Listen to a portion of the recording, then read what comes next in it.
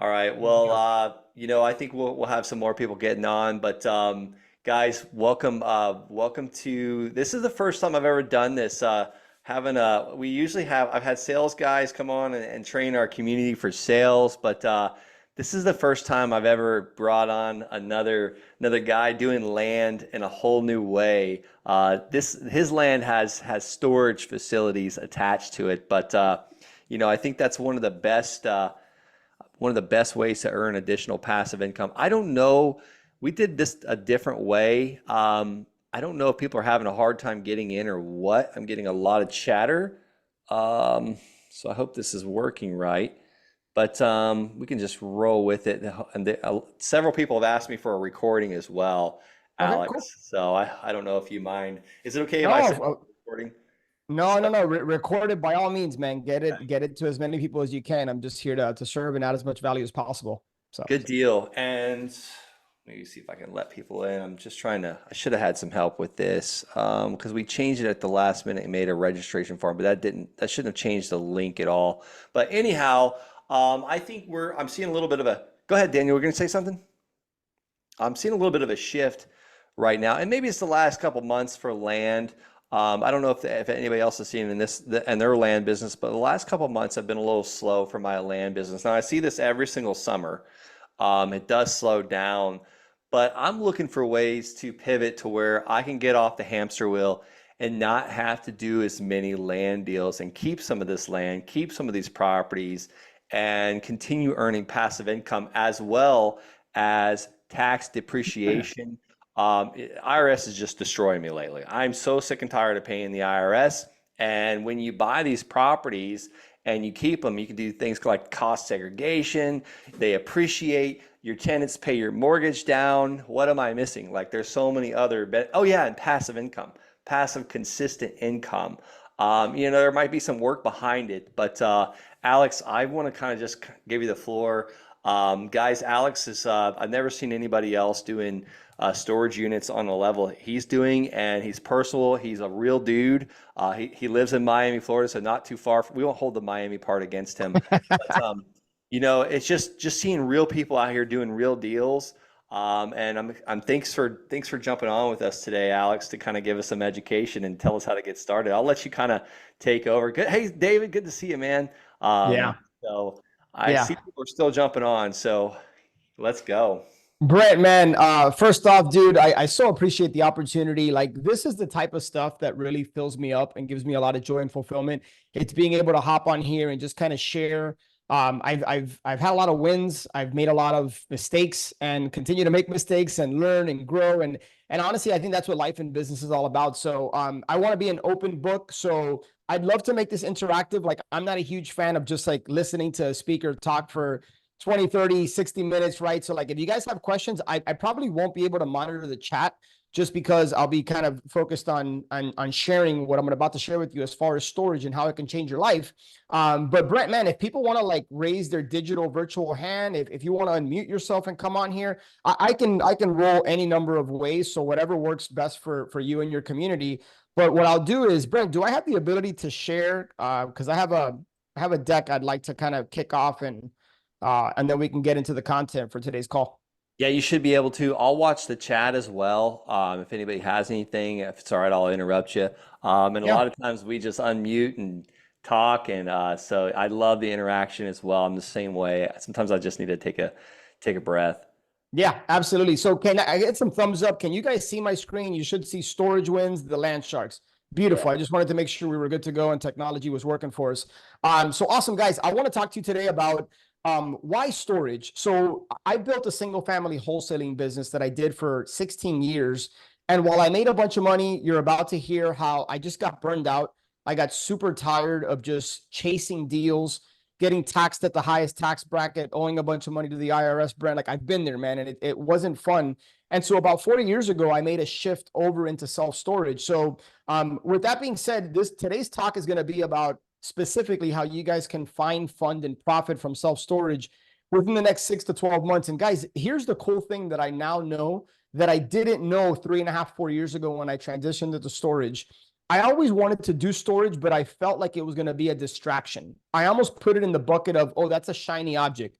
What I know now with certainty is a lot of the skills that we've all acquired and built as land investors, as real estate investors, they translate over into storage. So I don't want you viewing this presentation from the lens of, that sounds cool, but it's a shiny object. I'm going to show you how in just a few tweaks, you can add this to your existing business. Okay. Just a little bit about me. I'm not going to spend too much time here because who cares about me? It's about like storage and what can that do for you. But just so you guys have a little bit of context, that's my beautiful family that God's blessed me with. That picture was in Santorini about 3 years ago, so the girls are a little older. But my family and I, we love to travel. I've been fortunate to travel all around the country, and real estate is what has provided that. So I think you guys are in the right place, whether you're an active land investor, you're on the single family side, or you get involved in storage. This business really can change your life. And I think it's about figuring out how to work smarter, not necessarily harder. And I can't always say that I've done that. So with that being said, guys, I kind of started to share with you a little bit about my journey. And again, I won't spend too much time here, but I've been involved in real estate as a full-time investor since 2005. I came from the corporate world, realized that just was not for me. I hated the idea of building somebody else's dreams and vision and not my own. And so I left corporate world in 2005, went backpacking around Europe, ended up getting started in real estate. And I've been fortunate to coach a lot of real estate investors across the country for over a decade. I've been the host of the Flip Empire show for a little bit over 8 years. And as you can see, I've done somewhere north of 750 deals during that time. And I'll never forget, you know, when you guys have like a defining moment where like you have to make this decision or that one. Brent, I was on a cruise with my wife in 2017. And at that time, to give you guys a little bit of perspective, I had a team of 8. So I had the typical setup, lead manager, acquisition manager, like the whole nine. And I remember being on that cruise, and honestly, I was there in body, but I just wasn't physically present. I don't know how many of you guys can relate to that, but my mind was back on the business. And while I wasn't the one talking to sellers and going on appointments, I was managing the team, and it just felt like a hamster wheel that I couldn't figure out how to get off of. Like, quite honestly, I told my wife, I'm like, when I get back from this cruise, something has to shift because I feel like I've built my business as a prison and I'm stuck inside and like, I don't have the key to get out, right? Like, I don't know if any of you guys have been in that place, but it wasn't fun. And so I started buying single family rentals in Cleveland. I live in Miami, thinking that that was going to be my way to wealth and to passive income. And if any of you guys have owned single family rentals, it is nothing but passive, right? Like I just found that I was like, by the time I got to the 4th property, I'm like, there's got to be a better way. Like, I don't want to scale a portfolio of 30, 40, 50, 80 houses like some of my buddies. I was in a big mastermind at that time. And I'm like, I don't want to do this. It just feels like another job, right? And so long story short, in 2019, I made the decision to shut down my wholesaling operation, but I made the decision up here. I didn't actually execute and follow through with it. And when COVID came, guys, I'm a big believer, as Tony Robbins says, that life, you can see it as it happening for you or to you. And when COVID came, it just gave me a reason to just accelerate the process. And 2 months later, I shut down a very profitable wholesaling operation because it was just no longer aligned with my vision. One of the questions I always ask myself is, if I'm in the same place today, 12 months from now, or if I'm doing what I'm doing today, 12 months from now, am I happy? How's that going to make me feel? Is that aligned with my vision and my goals? And definitively for me at that time, the answer was no. So fast forward to today, I own and operate 3 storage facilities. 2 of those are under contract to sell within the next couple of weeks, if everything works out as planned. And I kind of half joking that I'm a recovered wholesaler turned storage owner and coach.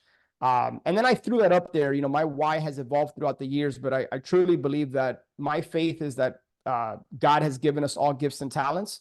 And I think it's our job to figure out what that is and to go multiply that, as it talks about in the parable in the Bible. So I truly believe my why is these types of things, to be able to help serve and impact people. So this is a snapshot of my current portfolio, which I think is about north of 800 units across 104,000 square feet. The top 2 facilities are currently under contract, and we're going to get into some case studies. And I'm going to share with you exactly how I was able to acquire these facilities. And the one in the bottom is actually a pretty unique piece of real estate. If you guys are familiar with Amelia Island, Florida, it's a very wealthy, affluent area. It's kind of like the Hilton Head of Florida. And I was able to buy a facility, as you can see the arrow in the top left there of that picture. It's seconds from the beach, and we're just like half a mile away from the Ritz-Carlton. So just really, really valuable piece of dirt. And here's the cool thing. All three of these facilities, I have not spent $1 of my own money to get into any of these deals. So we're going to talk about today. One of the things that I think holds people back from getting involved in storage is they think they need a bunch of capital. They think they need millions of dollars in their bank account to do these deals. And I'm going to prove to you today that just with some creativity, you can get involved in these deals and not necessarily have to use your own money. Okay. And Brent, by the way, again, if you see any questions in the chat and you just want to like fire them my way, or if anybody wants to unmute themselves, again, I can kind of roll with this any number of ways. So I just want to make sure everybody's questions are answered. No questions yet. I did get a comment from one person that said, "Are you recording? I just want to make sure you didn't forget. This is going to be gold." So bring it, Alex. I love it. Awesome, dude. So Sam Zell, real estate mogul, American businessman, philanthropist, the whole nine, was quoted as saying self-storage is the only real estate asset class that performs well in good times and in bad. Now, I don't know if it's the only, but like Sam Zell, pretty sharp dude. Who am I to argue with him? Here are just a few of the reasons that I decided to make the transition from single family over into storage, right? Recession resistant, exactly what Sam Zell just talked about. Depending on who you talk to, many believe that we're already in a recession. I love the fact that I'm already positioned to profit and benefit from storage, because think about how Americans in general are just consumers, and people are always buying things. So in a good market, people spend a lot of money, they buy things, they need a place to store. And when we're in a down market, a lot of people tend to downsize. They get tighter, but they're attached to their things. I find that Americans just are consumers and they're attached to things, and they end up renting storage from us for 50 to 350 bucks a month, which is a nuisance expense for a lot of people. And I cannot tell you how many customers rent, and what they pay us over the years is significantly more valuable than the contents that they actually put in their unit. A few of the things that I'll highlight here. One of the main differences between storage and residential is that in storage and in commercial in general, we get to force the appreciation, right? So what do I mean by forced appreciation? Well, in commercial and in storage, the value of an asset is determined by the net operating income. In other words, the money that the asset spits out.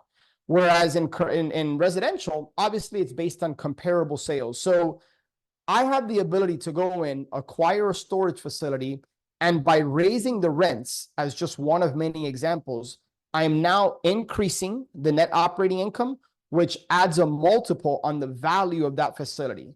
So it's incredible how like just raising the rents by $5 a month per unit, how that can have an impact of hundreds of thousands, if not millions of dollars on the overall value of the facility. And then I don't have to like deal with employees. I have significantly less competition than what I was experiencing as a single family wholesaler, where, you know, my acquisition manager would show up to a living room and that homeowner literally would have 20 to 30 direct mail pieces like on the kitchen counter, right? I don't know how many of you guys have experienced that, but I don't really deal with that much competition in storage.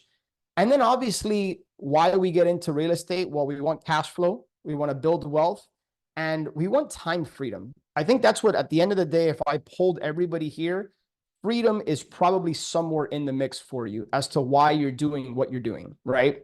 Now, I got this picture of this cute little girl here with a bunch of like chocolate on her fingers. And I have this image here because storage is a very sticky product. What do I mean by that? When somebody moves in to a 10 by 20, a 10 by 30, and they move their stuff in, the average length of time for them is 2.5 to 3 years.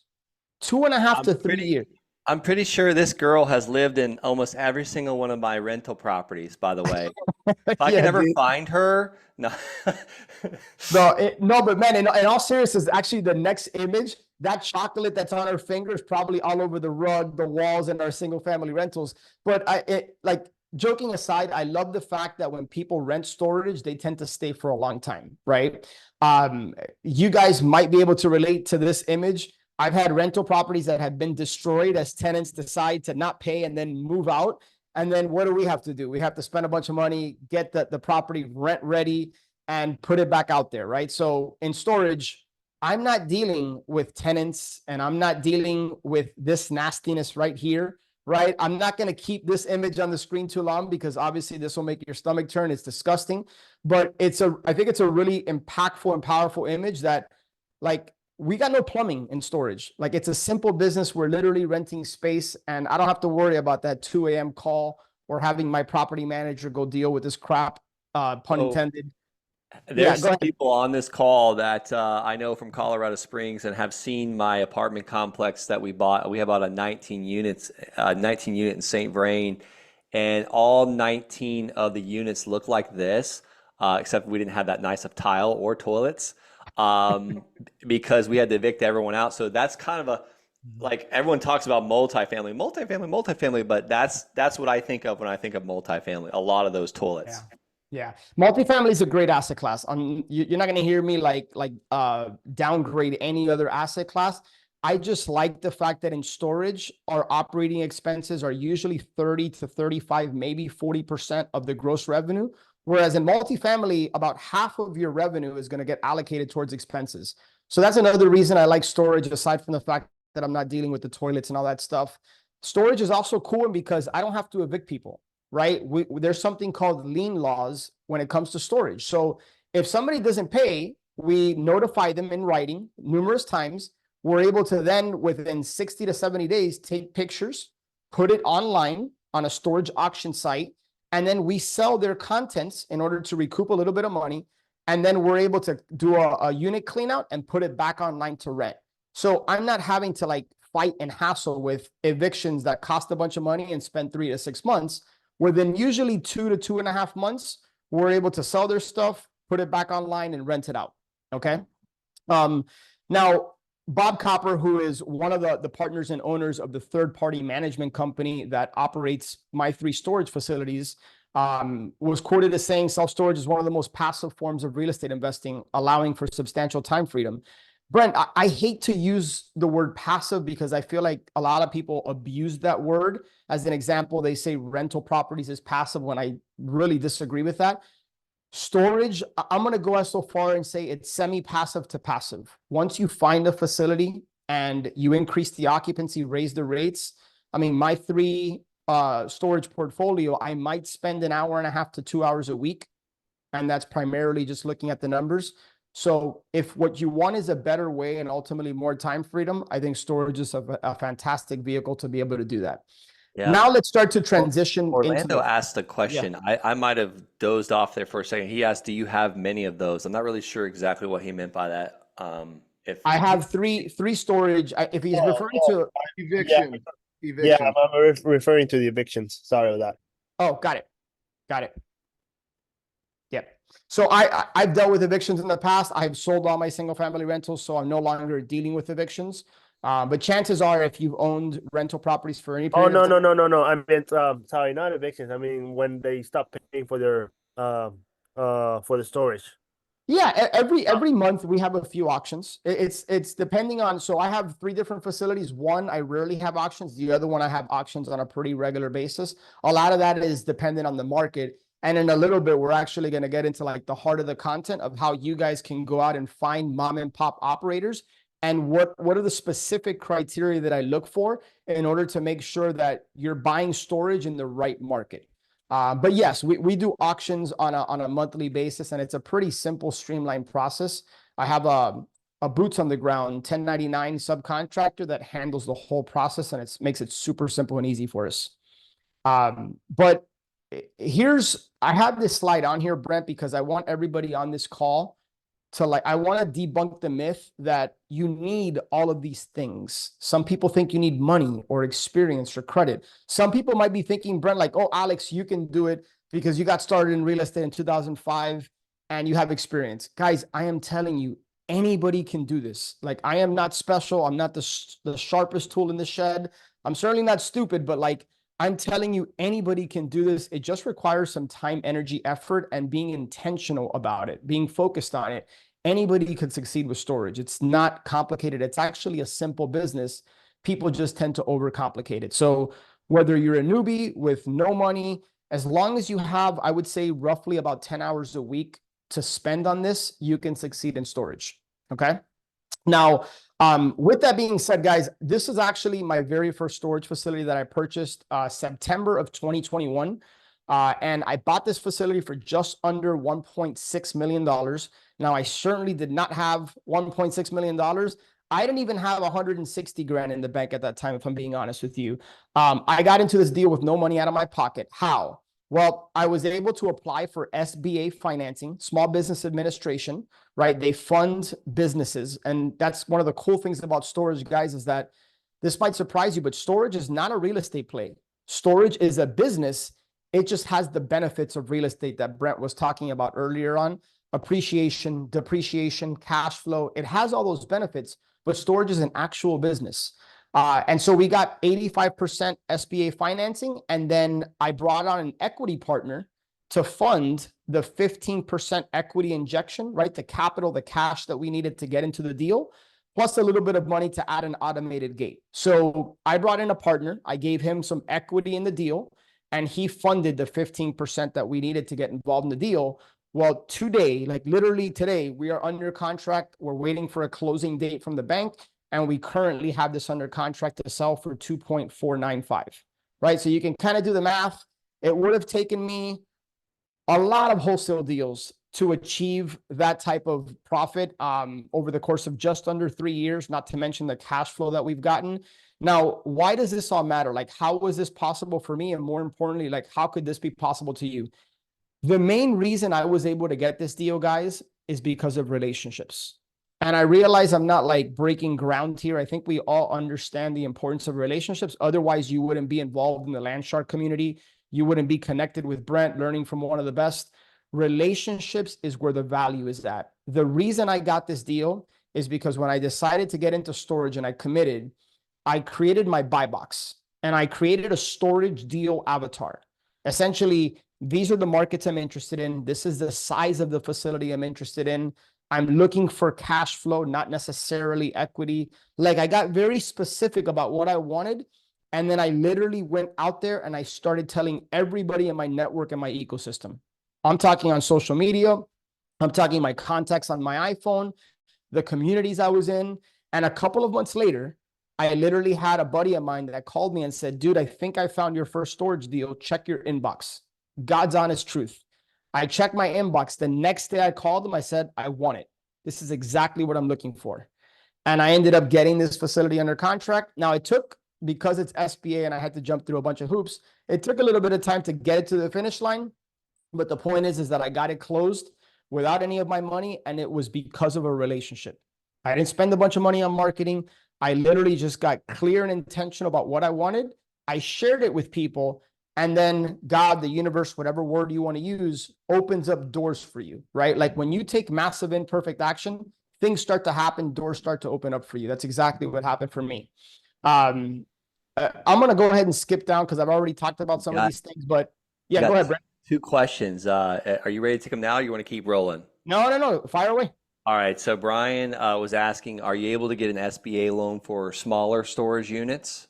Yes, Okay. absolutely. And Stan was asking, was that place in Florida? No, that's American Mini. That's in Mississippi. So I have 2 in Mississippi and I have 1 in Amelia Island, Florida.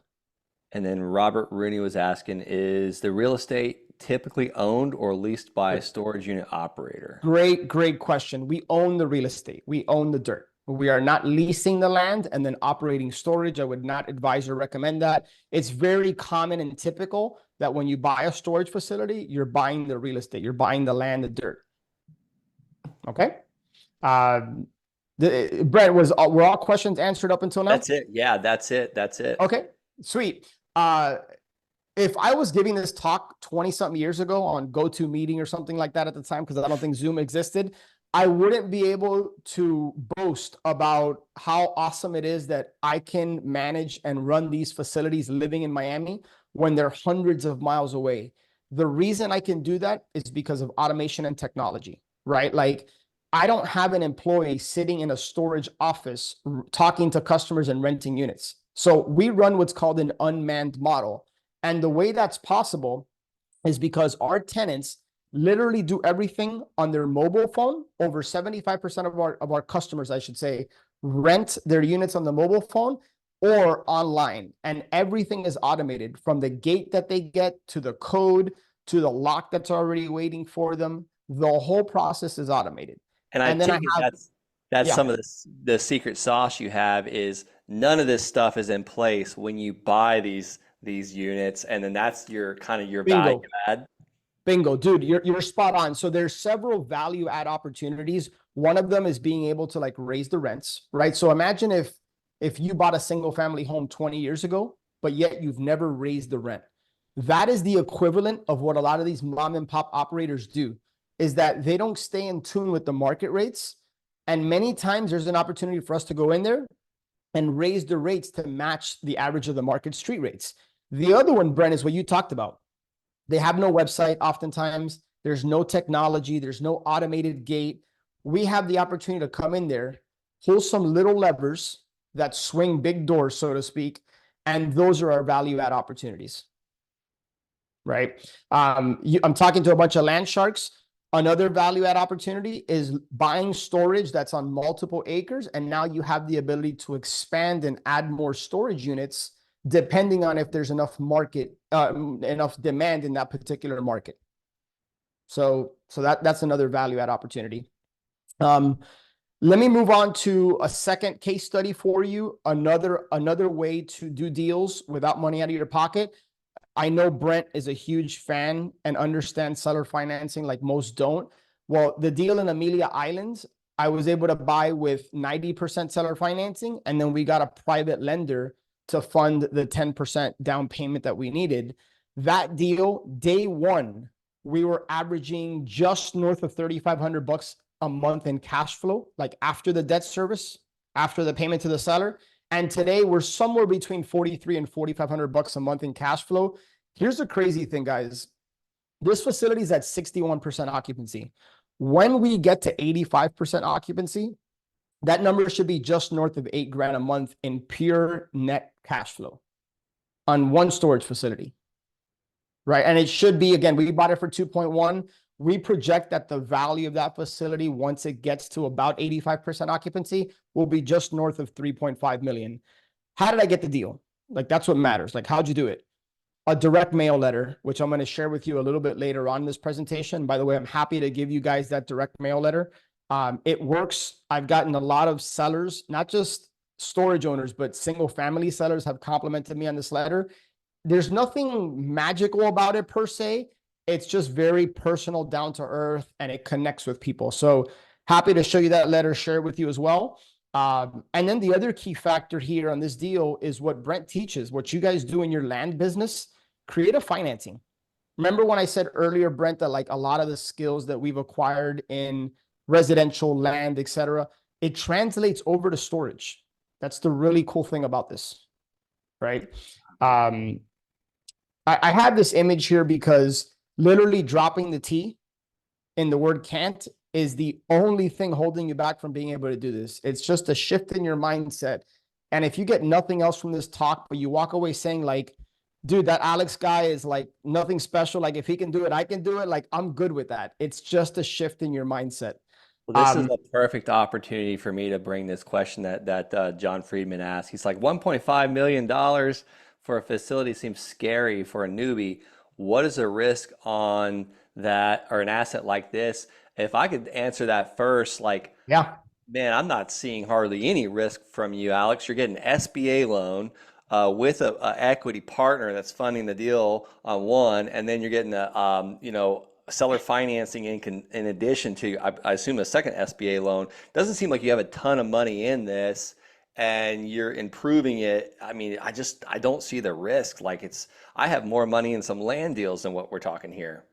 Yeah. So yeah, and a few little tweaks to what you said, Brent, but you're not wrong. The first deal was 85% SBA financing, and then I brought in an equity partner to get me to the finish line, the 15% that I needed. The second deal that I showed you was 90% seller financing. So both of those deals, I didn't have any of my money into the deal, right? One was 90% seller financing, the other one was 85% SBA. And so, John, man, really good question. Like, we never go into a deal blind hoping it's going to work, right? We go through a process where we analyze the numbers. And one of the things that I share with my students and clients is when we look at a storage facility, I never evaluate what the word we use in the space is underwrite, fancy word for evaluating the deal. I never look at what is the best case scenario. I run 3 scenarios. I run what is the worst case scenario. If this thing doesn't perform the way I expected, what is the worst possible scenario and can I live with that? What is the likely scenario? And then what is the best case scenario if I can achieve all of this type of stuff, right? I see Brian put, how often does the seller provide a pro forma?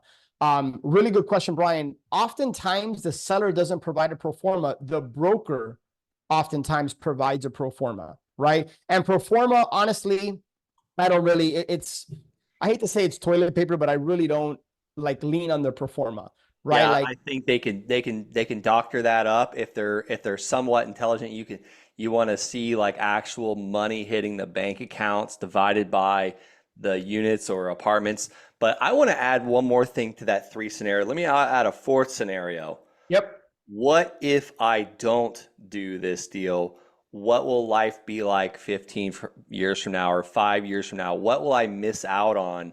What could life be if I would just take this step and do this action and stop educating myself, get off YouTube University? Because I think that's the thing for a lot of us. I used to say, what's the worst case scenario on a lot of deals?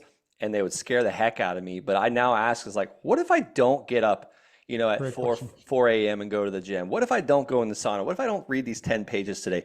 What if I don't answer this phone call? What if I don't buy this storage unit or this piece of land? What, like, will I regret it 5 years from now? What will my legacy look like? So I think a lot of people should add that to those scenarios. Yeah, no, man, Brent, there's a lot of wisdom in what you just shared, and that's asking a different question, like what is it going to cost you? One thing I really want to encourage everybody with, and I see Antonio and Victoria's question, so I'll address that now before I move on, is, the only thing holding you back is a knowledge gap.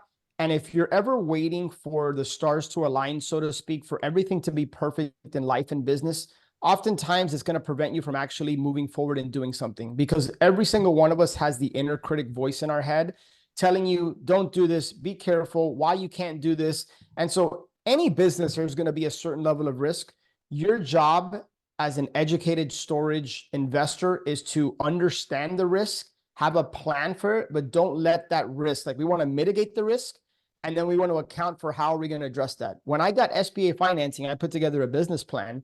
And they actually asked me, hey, Alex, yes, you've been in business all these years, you've done real estate, but you've never done storage.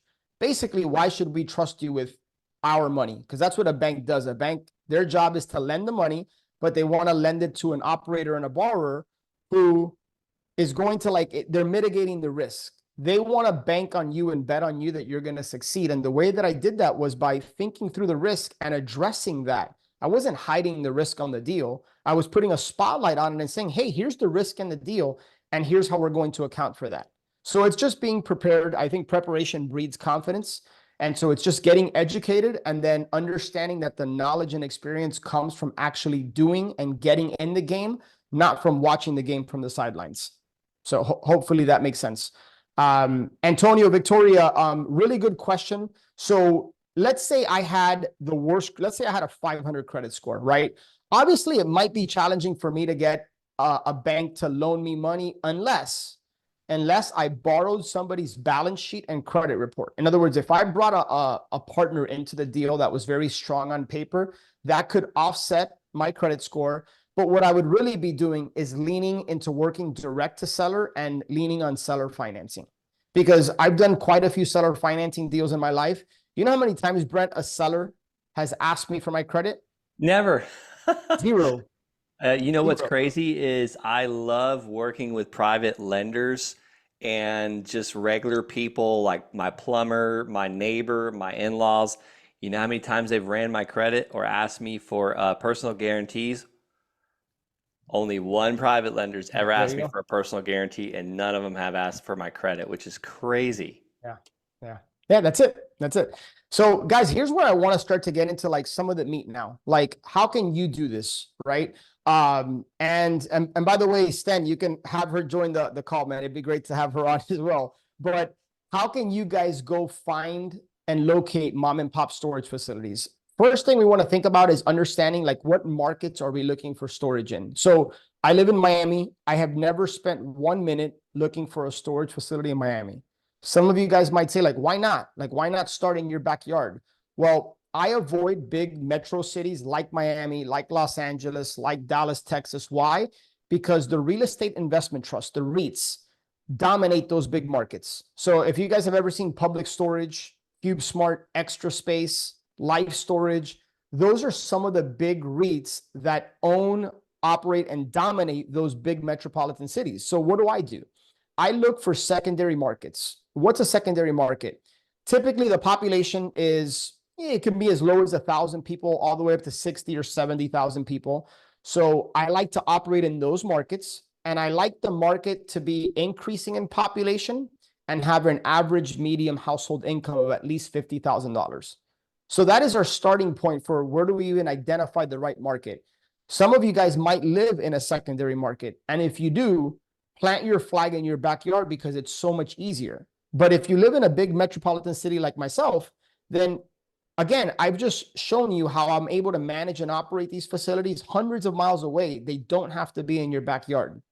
So these are some of the initial things I look for in a market. And then one of the things I teach my clients is going to Google Maps, and I'm going to show you literally step by step how to do this and start to build an organic top 100 list of mom and pop storage operators. So there's 4 things I look for when I go to Google Maps, and I'm going to show you again exactly how to do that.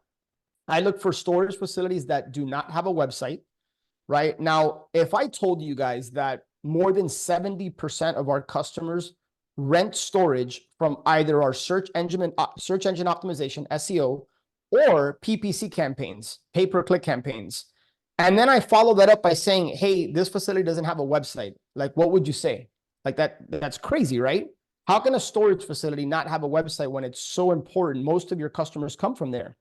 Well, there's a lot of mom and pop operators that do not have websites. Those are the first people that I like to call.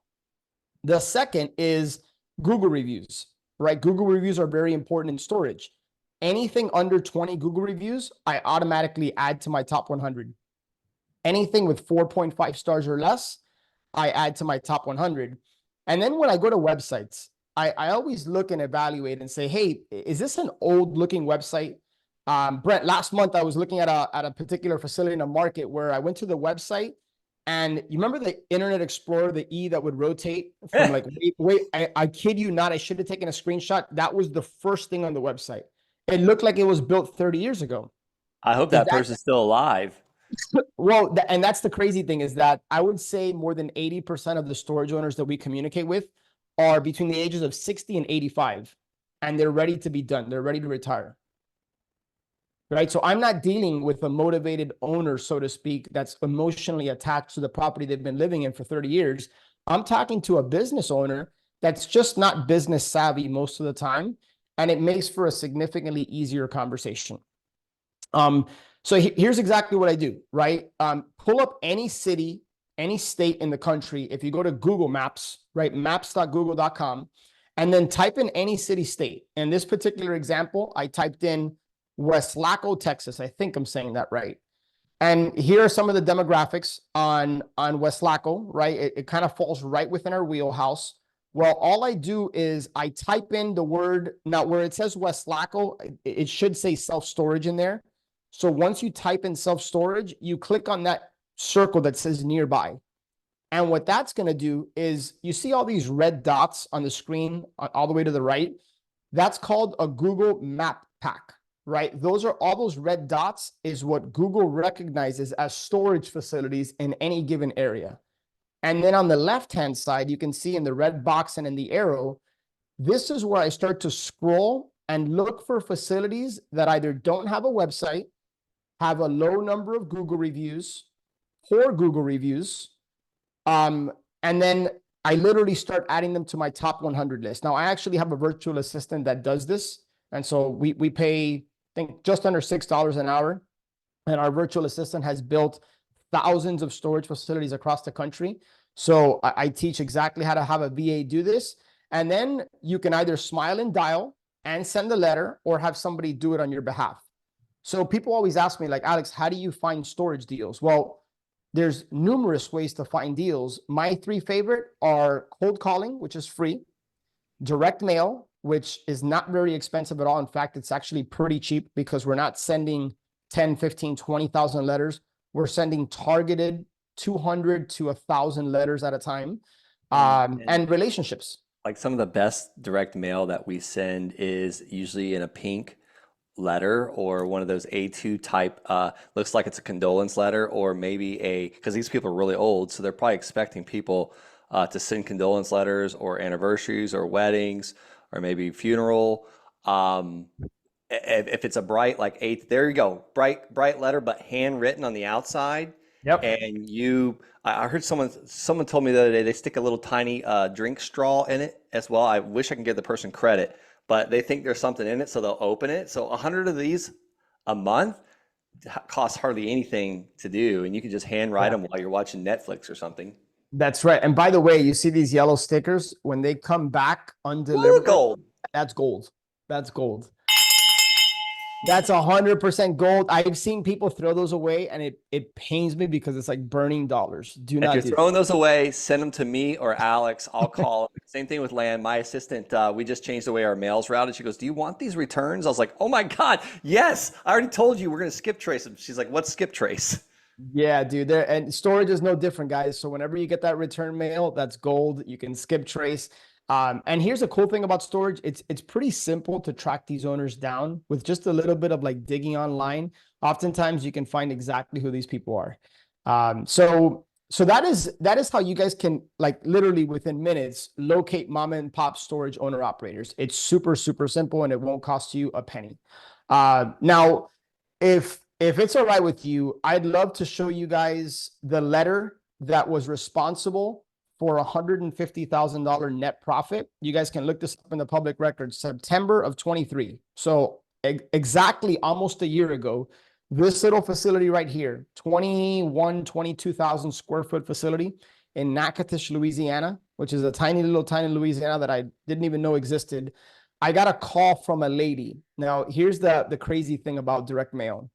This lady called me the beginning of June of 2023. And I was getting ready to go to Italy. I went traveling to Italy last year with my family, and she called me and she said, when you're going to spend 10 hours a month on your storage. I don't know how you have time to go to Italy. Somehow we make the time, dude. We make the time. But Brent, check this out, dude. So this lady calls me and she said, Alex, you sent me a letter 2 years ago, and I've been holding on to it because I wanted to sell this facility, but the timing wasn't right. And I'm calling to see if you're still interested. God's honest truth. She had been holding on to my letter in a drawer for 2 years. Here's the crazy thing is this was June of 2023. Well, she got the letter around May, June of 21, when I decided to get into the business December of 2020. So it must have been one of my first or second mailing campaigns. Well, super, super long story short, I ended up getting that property under contract. Now, I realized there's a lot of text on the screen. What's on here is not important, but in the top left, that's a settlement statement. I bought the facility for $400,000. Now, the seller had an attorney. The attorney did not allow me to assign the contract, right? So what did I do? I created a limited liability company. I created an LLC called South Natchitoches Storage LLC. And on the day of closing, I sold 100% of my interest in the LLC to the buyer for $150,000 profit, which at the bottom, you can see the wire that came in. That was pure net. There was no expenses associated with that. Just like I've done in single family, the same thing can be done in storage. Now, I didn't get into storage to keep wholesaling and be on that hamster wheel, but I have a very specifically defined buy box.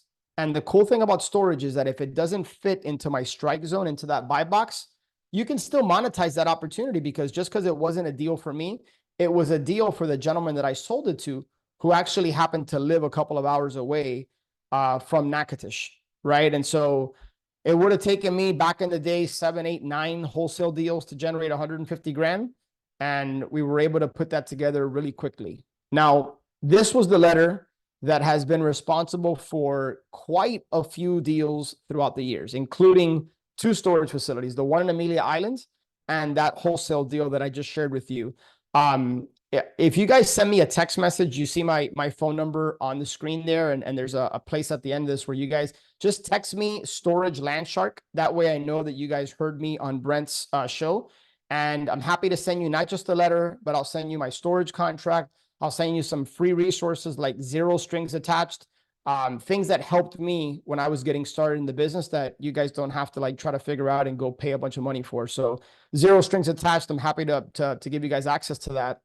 But this particular letter, Dan Kennedy didn't write it, right? I'm not some marketing genius, but I think some of the things that appealed to me is I asked the lady, I said, why'd you keep my letter on the day of closing? I literally asked her, I said, I'm just curious, like, what was it about the letter that resonated? Like, why would you keep it? And she said, well, Alex, I've gotten letters like that throughout the years, but I decided to keep yours because it spoke to me and it was very personable. Like, I felt like you were just a regular guy. So I don't have a logo. I'm not pretending to be this big time storage operator. You can see at the bottom there, it says, I'm just a regular family guy raising 2 little princesses with my wife, and they keep us busy. I don't have a company email, right? I put my personal email in there. I put my cell phone. I'm just relating to them. That's what all the sharks say. What's that? That they're just a regular family guy. No, same thing. Robert Howell was telling me the same thing. How he buys his mobile home parks. It's very similar to this letter. I'm just a regular guy. He puts a picture of his family as well. And my suggestion is if you guys don't have a family, put your dog up there. Like I think Mason McDonald's does pretty well with his dogs. Yeah, 100%. I'm glad you said that because if you don't have a family, like never lie. Like I don't subscribe to the mindset of fake it till you make it. I think that's some of the worst advice you can get. I understand why people say that, but be authentic, be genuine, be yourself. Don't try to be me, Brent, or anybody else. Be yourself because when you connect with somebody, like it shines through. Like people can tell if you're being genuine and honest and authentic. So Yeah. I love the idea of putting a picture of your dog. Like most people like dogs and pets or cats, whatever. Like put a picture of something that represents you, that's authentic to you. And that was my biggest mistake when I was in the military. I should have used more about my current situation than what I did back then. I was Yeah. kind of like, oh, I don't want to tell people I'm in the military. Plus, I'm not allowed to have a job while I'm in the military. I should have used that to my advantage a lot more. And I think we all struggle with that. And you'll never want to be like me or Alex. I mean, Alex, I was telling you about a big problem I was having last night. I got terrible news yesterday. I got a couple how do you say it? Over $200,000 tax bill last night. So like no one wants to be me on this call right now, but I've already figured out a way to get through it, and you helped me with that as well, Alex. But we all have problems in our life, but we're in different stages, and the reason why I gravitate to this so much is because this is land with little money makers on a bunch of little ATMs, like 300 ATMs on your land, and you're just a little further ahead than all of us. And I would rather pay you to utilize your resources to help me compress time frames, to shorten that learning curve, because I don't have a ton of time. I'm spending more than 10 hours a week on my land business, actually. Yeah, no, man, I echo every word you just said. When I got involved in storage, I learned from somebody else, right? And why do we, like, to this day, it's crazy. I have 4 coaches, Brent, which is kind of crazy. Like, why would you need 4? I don't need 4 coaches, but I have them in different areas of my life. And it's just the growth that I see and experience, like on a month-to-month, quarter-to-quarter basis. It's like, it's an insignificant investment when I zoom out and I think about the value I'm getting and how I'm growing as a person, how I'm growing as a man, as a father, as an entrepreneur. And so, yeah, man, I completely agree. The best investment you can make is obviously in yourself. But as we wind down here, guys, just a few more quotes. I'm not going to read this, but we talked about how storage does well in a good market or in a bad market. To Brent's point, right? I'm truly a believer. Like, I commend you guys so much. I have so much respect and admiration for people that invest in themselves. They join communities like the Land Sharks, like our community at Storage Wins, because I love this African proverb, like you can certainly figure this out by yourself, right? It's not rocket science. There's a ton of resources and free content online, different podcasts. But if you want to go further, do it together with people that are going to lock arms with you, that are going to support you, that are going to hold you accountable, that are going to lift you up, right? Like Brent was, dude, I had so much respect for you yesterday when you told me. It's like, when you ask somebody like, how are you? Oftentimes people kind of give you like, oh, I'm good or I'm great. And they might be, but oftentimes it's pretty much BS. You were like, dude, I'm going through a rough time right now. And you were very vulnerable and you shared with me like, man, I'm going through this challenge.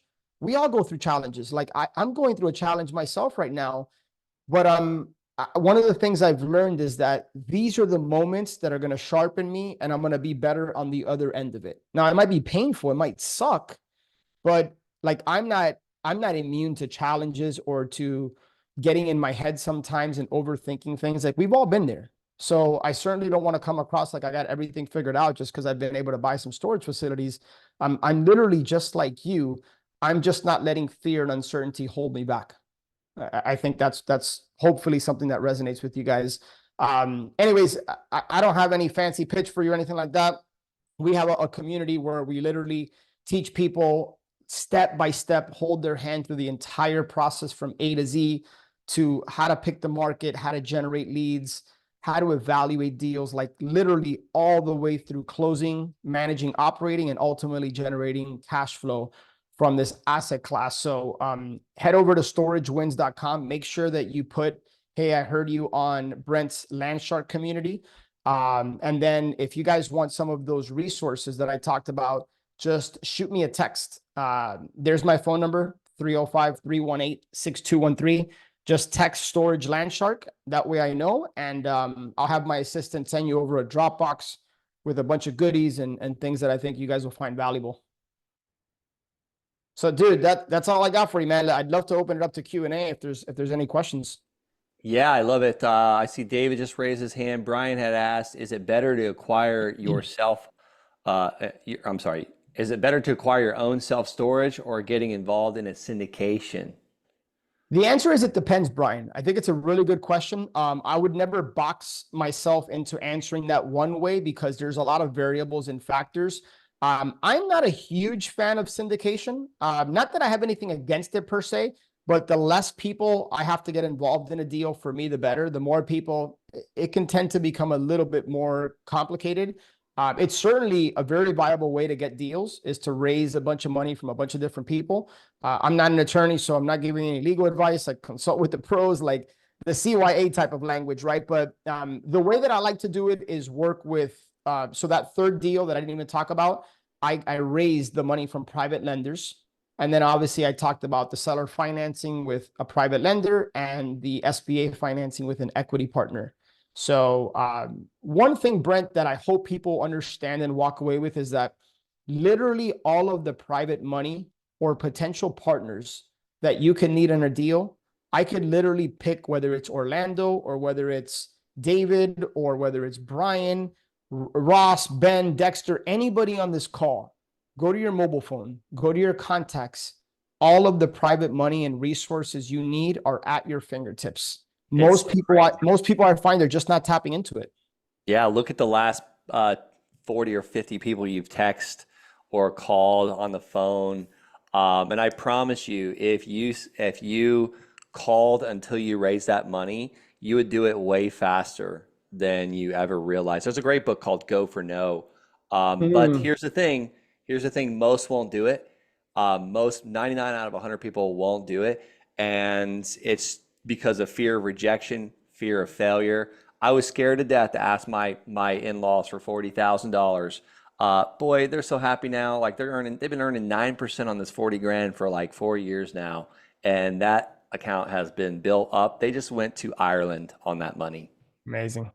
I love it. I love it. I think David's got a question. David. Hey Alex, thanks for jumping on. Yeah, brother, happy to. Once I didn't see who it was going to be, but you've been come across my desk funny enough for the last couple of months. So good deal, man. Once I saw it was you. couple quick questions because you did a great presentation of having most of my questions answered. My two big ones are in regards to piggybacking on the money is when you talked about equity, is the equity percentage comparable to the single family asset and other assets, or again, I'm not going to ask exactly what equity you're giving away, but if you No, give, man, dude, I'm an open book. I'm happy to share with you. In fact, so I it's, think, yeah, yeah, I don't even want to say it's a mistake, but I think knowing what I know now, I would have done it a little bit differently. So the first deal that I did, American Mini, I gave away half of the deal, 50% equity in the deal, which now we're selling and the profit's going to be just shy of $1 million. That 50% is pretty valuable, yeah, right? because their 15% would have been about $250,000 if my math is correct. Yeah, so, somewhere in that range. But no, Yeah. 50% is what I gave up in that deal. Now, here's the thing. It was my first storage deal. It literally took me a couple of phone calls and a text message to this particular equity partner, who's somebody I built a relationship with. We've done some business together, so he knows me, he likes me, he trusts me. And he put about 360 grand into the deal, which Okay. again, I didn't have. That was the 15% plus some money to put an automated gate. And so I didn't spend a whole lot of time having to like source the money, and I put a lot of value on that. But going back, did I have to give up 50% for 350 grand? No, I probably could have given up 15 to 20% of the deal, and he Right. would have still done very, very well. Well, it's like I say it quite a bit. What are we talking about here? We're talking about talking to sellers, sending mail. You didn't have the money. You got the percentage from what you've done. So it's, That's it. getting greedy on that is silly. I would have gave away 100%. 50% all day long All on day that. long. Yeah, that's All day I was long. going to say the same thing. I would do that all day. Yep. And then again, hopefully we'll talk down the road. I guess the other question is, would you doing it for the time that you've had? You said you hold 3 current. I've done 5 storage deals. So I own and operate 3 currently today. I wholesaled the one in Louisiana that I showed you. And then my very first deal was actually, I wholesaled one in Canton, Ohio, which is what's cool is that I wholesaled it, made a bunch of money, and I still retained 5% equity in that deal, which I own today. Okay. So So the yeah, the deal flow acquisition, I mean, myself and a couple other people on here are in the, 10 to plus monthly transactions. So we're talking completely different expectation. correct. And would you say that does that just shrink down to availability, or I mean, Yeah. I love where your head is at and asking this question. Now, do I know anybody doing 10 storage deals a month? No, not even close to it. Okay. It's a completely different model. Now, my vision is I don't need 5, 10 storage deals a year. Now, if I really, I have other things going on. My passion is in coaching and working with people. I do some lending. I have the podcast. So storage is not my only thing. And so for me, 1 to 2 solid deals a year is literally all I need. Now, Okay. could you go out there and scale this, quote unquote, and do 3, 5, 6, 7, 8 deals a year? Yeah, absolutely. You can. It's just a different model and it's a different approach. So Sure. you're gonna have to get really good on the front end, underwriting deals, like understanding what to deal, what's not, having access to capital, understanding deal structure. I think that is what it would take to quote unquote scale this, because guys, keep in mind, when I acquire these facilities, I didn't even talk about this. I have a 3-prong management system. I have a third-party property management company that specializes in storage. They handle the day-to-day operations. That is what allows me the freedom to only put in 1 to 2 hours a week, if that, managing the KPIs, the key performance indicators of the portfolio. They have a call center, so I don't ever speak to storage customers. And then I have a local part-time boots on the ground that I pay between $500 and $600 per month, $500 to $600 per month. And they're the ones that are on-site boots on the ground. Yeah. So yeah, it's a combination, man. Like there's over 30,000 mom and pop storage facilities in the country. Obviously you have, I don't know how many millions of homes in the country, right? So it's a significantly smaller pool. And so I don't necessarily know that doing 10 deals a month is feasible or possible. I suppose it is, but I guess Yeah, why would you? I come from the multifamily syndication, so I'm more familiar with what you're doing now than Yeah. this land stuff has been a whole new learning curve, and it's been great to us thus far. And I guess last question is, with that 30,000, would you say, do you see a lot of distress in your market, in your asset class, i.e. liens, foreclosures, bankruptcy, No. etc.? No. No, I don't. In fact, at least and now I'm not going to lie and tell you, I'd have to research it now. But when I transitioned into storage, one of the things that I found very appealing is that storage as an asset class, at least in 2020, when I was researching it, had the lowest default rate. Right. In other words, you are more likely to default on your personal residence that you are in a storage asset. It's not to say it doesn't happen. I'm sure it does, but it's got a pretty low default rate. And part of that is because the operating expense ratio is 30 to 40%. And if you compare that to multifamily, you would know better than me, but it's probably 45, 50, 55%. It's climbing. And climbing. So there you go. Yeah. Yeah. Thank you very much, Alex. Yeah, brother. Anything you need. What's up, Jeremiah?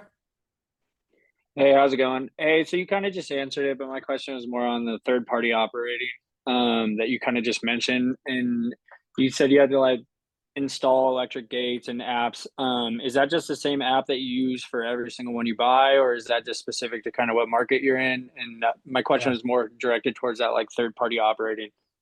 Yeah, absolutely. No, really good question. So it's two separate things. I'll kind of address the first one. Yes, I have a third-party management company called Copper Storage Management, which happy to connect you guys with them. I've been happy with them. They run and operate my 3 storage facilities, and they operate on a flat fee based on how many units your facility has.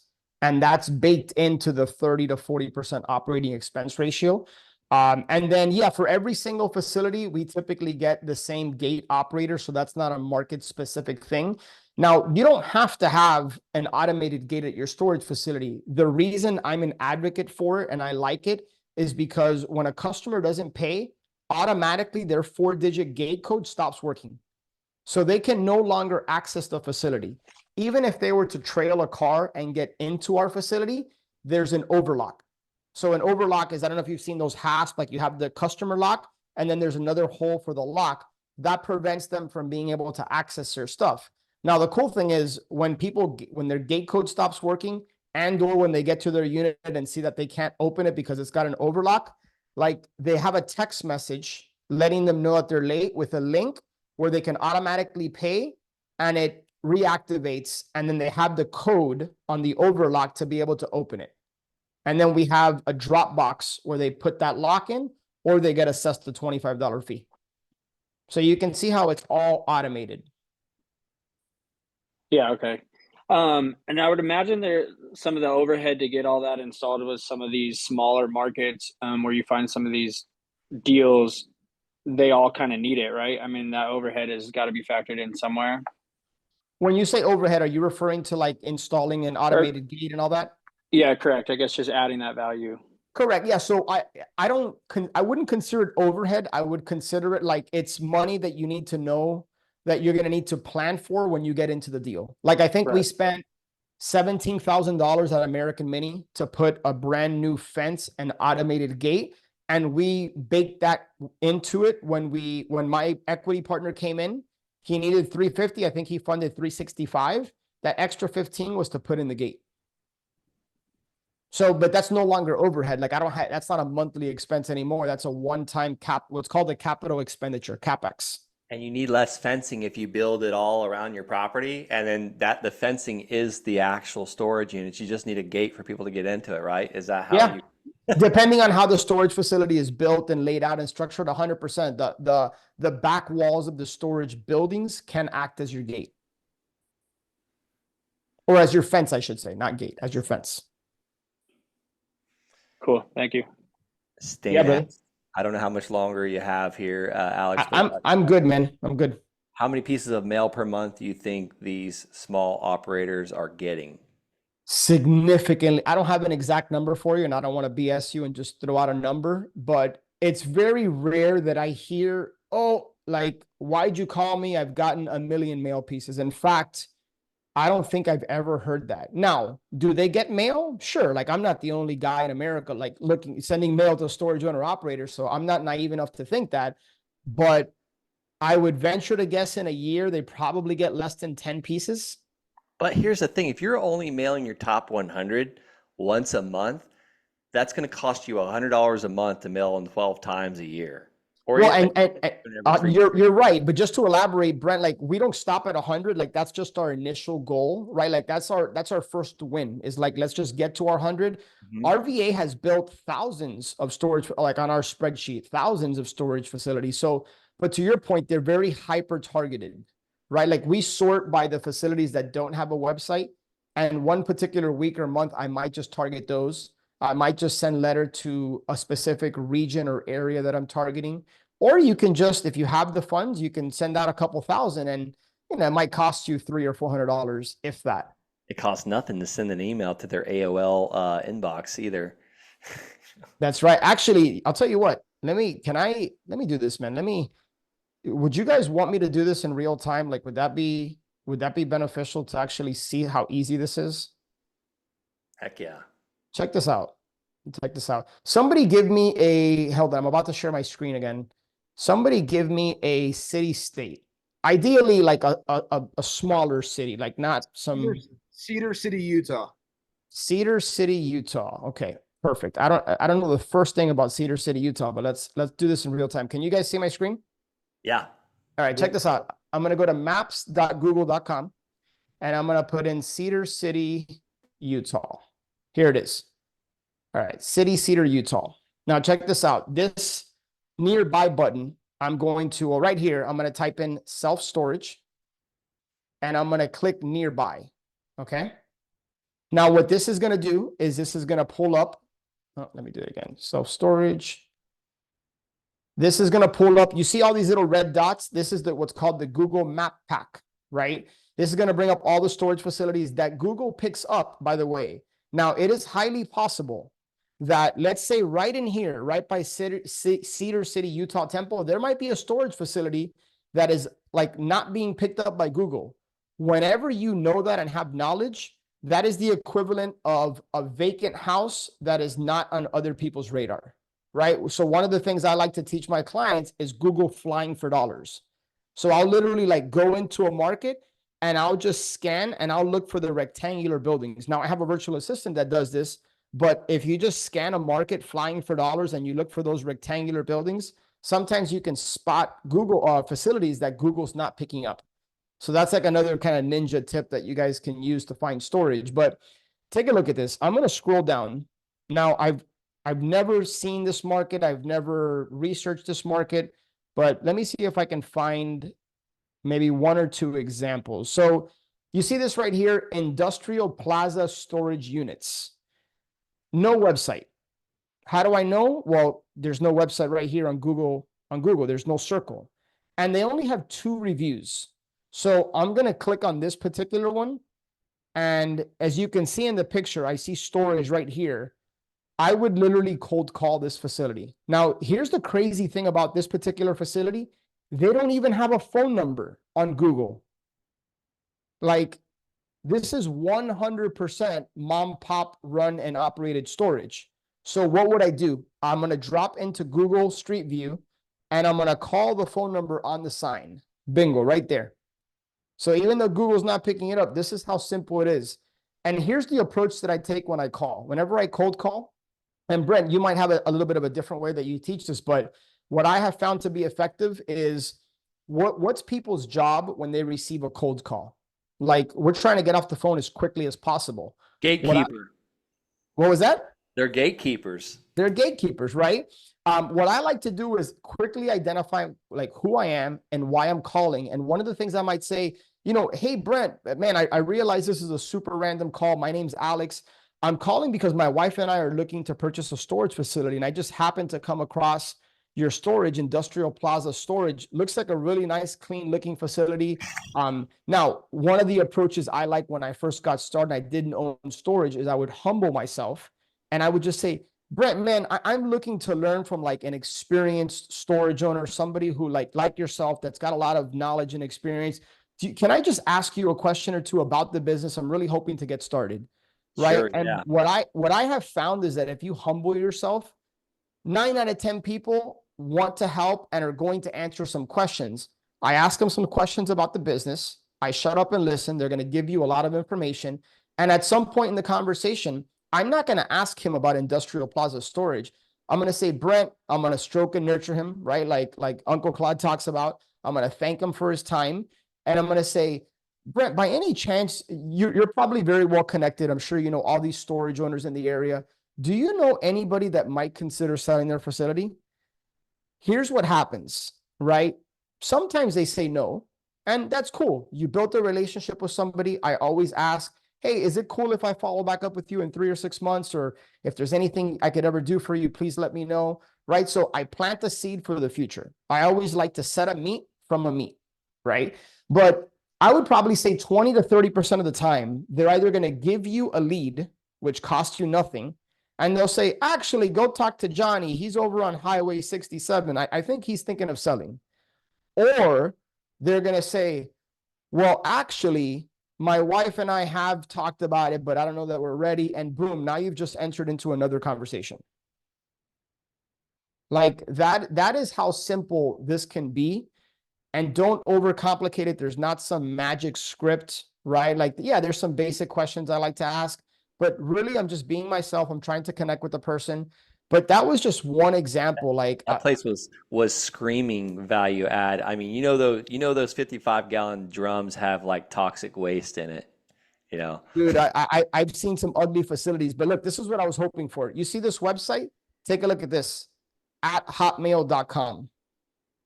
That is more likely than not a mom and pop operator, right? To your point, Brent, if you can't reach them, send them a simple email.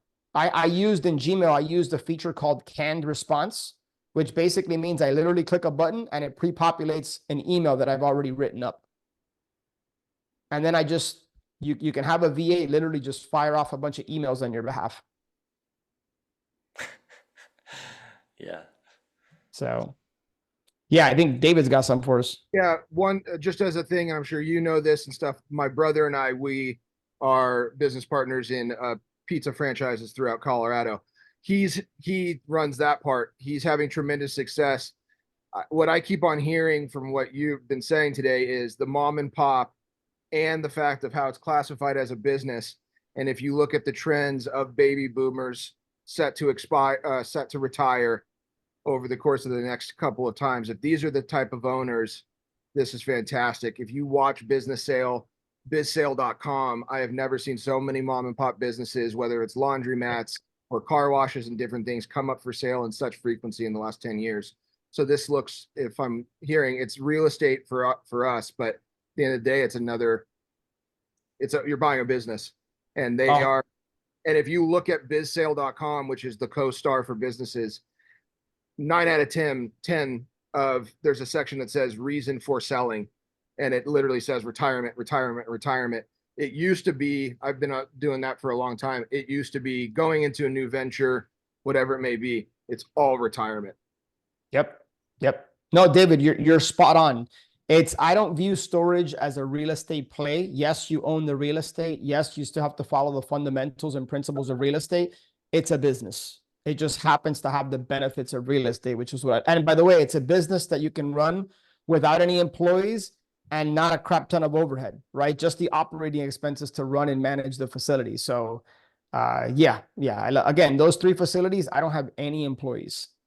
I love it, Alex. Thank you so much for jumping on here and sharing with us, guys. Reach out to Alex for those amazing resources. He literally gave you his cell phone number, and like, where do you see other guys that are out there doing this, offering that kind of service? So I'm excited to talk to you more about it, Alex, and I'm definitely looking for ways that I can maximize income, take my land money and put it into other things like this. I also have a site. I don't know if I want to develop it or not, but I'll be talking to you more about that. Yeah, check Alex out in the chat. He dropped his cell phone number there.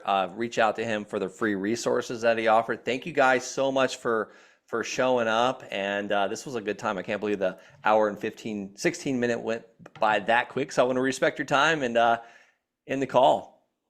God bless Awesome. you. Hey, Brent, thanks so much, brother. Guys, anything I can do, just shoot me a text. I'm happy to send you those resources, or if you have any questions, want to hop on a call.